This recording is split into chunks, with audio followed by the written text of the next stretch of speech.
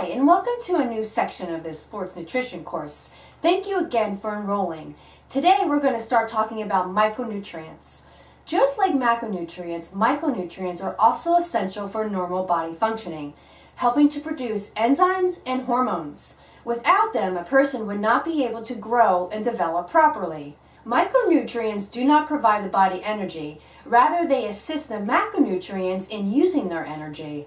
Although a lot of different foods provide nutrients, it's those essential nutrients that must be supplied by a person's diet. Vitamins, minerals, and water are all micronutrients and are only necessary in small quantities, in milligrams or even smaller quantities than that.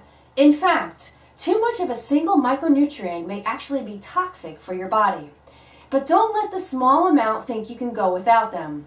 For an example, those people with deficiencies in iron, vitamin A, and iodine have their personal health and development threatened.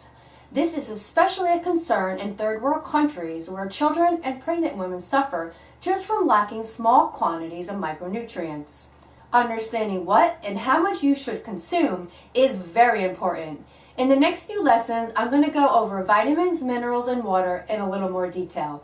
Thank you for listening, and I'll see you in the next few lessons.